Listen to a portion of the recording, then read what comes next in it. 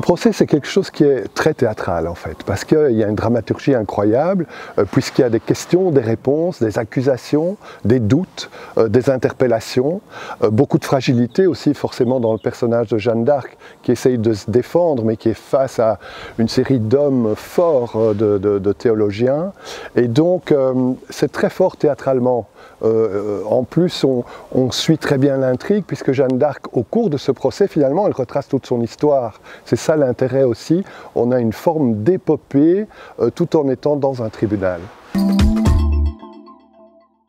On voudrait plonger les spectateurs dans une ambiance médiévale.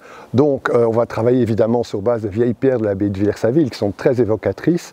Et puis au niveau des dispositifs scéniques, eh bien, ce seront des constructions vraiment en charpente, en grosses poutres. Et puis on va l'éclairer à la flamme, des flambeaux, des bougies, jusqu'au bûcher final. Nous avons choisi une jeune actrice pour jouer le rôle de Jeanne d'Arc. Il s'agit de Laura Fautré, qui est une jeune comédienne mais qui a déjà pas mal de planches à son actif. Et notamment l'été dernier, elle jouait dans La Belle et la Bête au château de Rixensart. Alors c'est vrai que c'est un rôle, on va dire, omniprésent, puisqu'elle est vraiment sur scène du début à la fin. Donc c'est un très très gros travail. Et c'est aussi un travail d'incarnation, parce que c'est quand même un personnage qui est tout en fragilité, en nuances. Parfois elle est dure, parfois elle est forte, parfois elle craque. Et donc c'est toute une palette du jeu d'actrice qu'il faut travailler.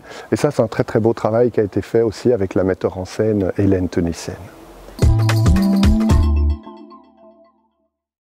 On est à la 37e édition, il y a plus de 700 000 spectateurs qui ont vu le spectacle, on recueille encore chaque année au moins 20 000 spectateurs. Je pense que c'est la grande diversité des projets proposés qui fait que les spectateurs ont envie de revenir chaque été. Donc il y a là, je crois, une très grande attractivité, on fait appel à des metteurs en scène différents d'un été à l'autre, avec des grandes équipes aussi.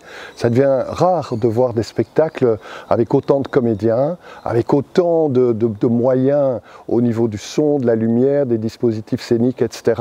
Et donc je crois que cette rareté fait que le public nous suit chaque été.